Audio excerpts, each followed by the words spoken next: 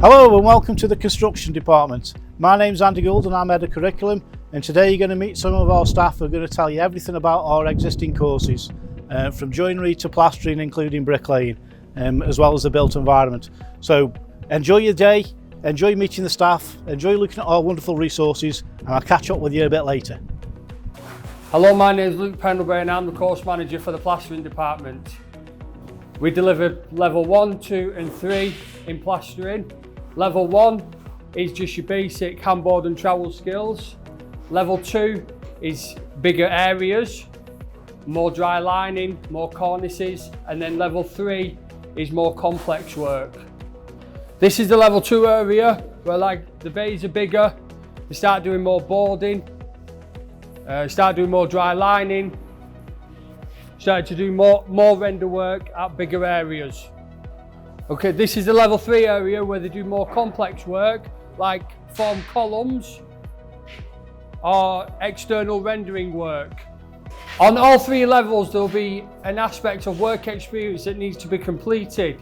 Level 1s and 2s need to do 100 hours within the industry, and level 3s have to complete 315 hours within the industry.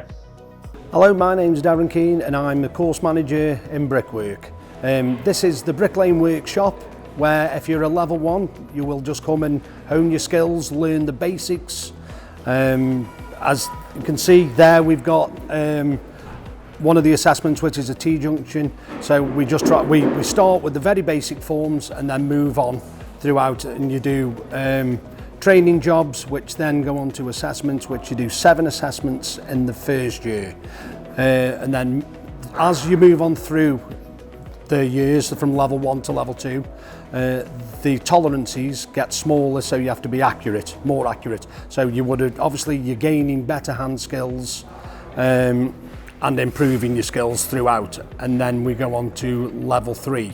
And then all the way through, everybody has a bay, and you keep the bay. You just stay in there. You have your own toolkit, and your own PPE. Whilst you're at college, you need to gain 100 hours work experience. If you can't get that yourself with a local builder or a family friend or anything, we do projects around the college to gain that. And then we've had learners that complete the level 1 and then move on to apprenticeship. Reaseheath College sort that out, but you still come to college 1 day a week to do the practical element of it. Hello there, my name's Dan Robson. I'm the Carpentry and Joinery course manager for level 1. We've got 2 course managers here at the Carpentry and Joinery.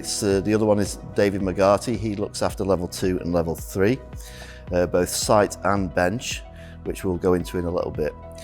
The length of each course is usually 1 year, and it's designed so that you can progress very steadily through the material, and level 1 leads nicely to level 2 and to level 3, so there's some good progression there.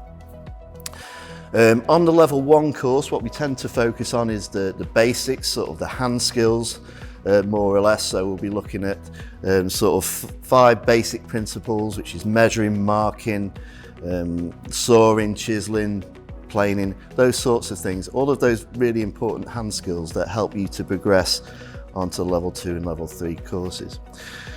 So just to my right here, we've got some different joints which we produce. We've got the mortise and tenon, which you tend to find in windows and doors and things like that.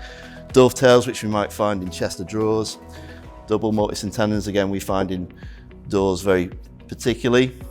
Then we've got some very fancy joints which we tend to do, bench joinery joints for gallows brackets, the sort of thing that holds a porch up above your porch in your house.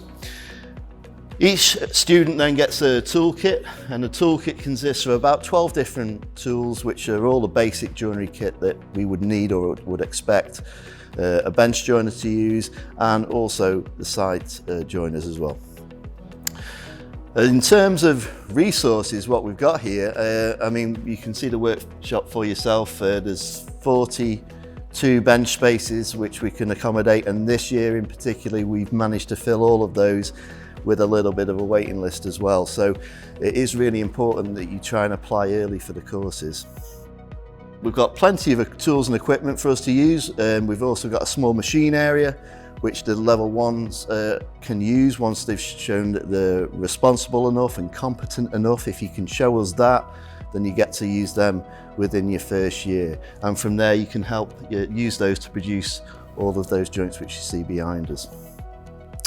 From the level 1 course we lead on then to the level 2 and level 3 site. The difference between those two, site joinery is what takes place away from the workshop, either on a building site or in somebody's house. It could be hanging a door or fitting some skirting boards, something along those lines. Bench joinery is what takes place in the workshop. So in this environment, making the doors, making the windows, making the staircases, those sorts of things. So that is the main difference between bench work and site work. On the course, you'll also have about an hour and a half theory a week. That's takes place at the moment online, but obviously due to COVID, but if those restrictions get lifted, then they'll be back into the classroom. On top of that, we've got work experience, which you'll be expected to pick up. So there's about 100 hours for the level 1, diploma level 1. Diploma level 2 will be an expectation of 100 hours as well. And at level 3, that bumps up quite significantly to 315. The other thing that we will do a lot of is one-to-one tutorials, and this is the opportunity for you to sit down with your tutor or one of your tutors and sort of set some goals, set some targets for what you want to try and achieve within sort of a 5 to 6 week period. They could be something academic, they could be something practical, or they could be something wider skills. It could be, you know, to try and set yourself a task of achieving your driving test.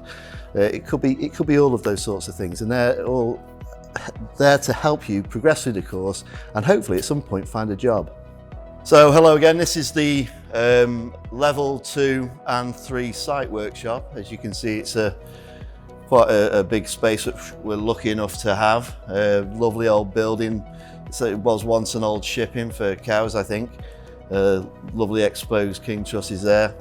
And this is where the level 2s and level 3s do their site work, and generally what they start off with is an idea of a little pod which they build up from the ground upwards. Start with some floor joists, work up to doing some flooring, then some stud work on top of it, which you can see just behind me. And at the moment the joiners are just in hanging some doors, and it's that sort of work that we do. Almost everything that you do here is full scale, so there's no little models of things or anything like that. Everything is full scale, so it'll be a full scale fire door so that you have an understanding of how heavy one of those things is to work with. If we're doing a roof, it's a full size roof. We do both truss roofing and cut roofing, so you'll get to have a go at the tricky stuff on level 3, like the hips and valleys, all the cripple rafters that we use and things like that. We're very proud of the work that goes on in here, particularly with some of the apprentices that we see.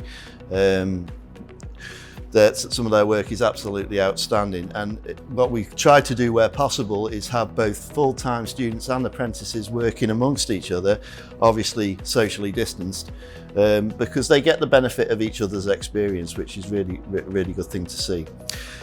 So if, for example, when it comes to apprenticeships, if you want to convert your diploma into an apprenticeship, so you start the course and perhaps you're not sure whether an apprenticeship is for you just yet, but you do the level 1 perhaps, and halfway through the level 1 or halfway through the level 2, you decide that you want to get an apprenticeship and you go out and find an employer.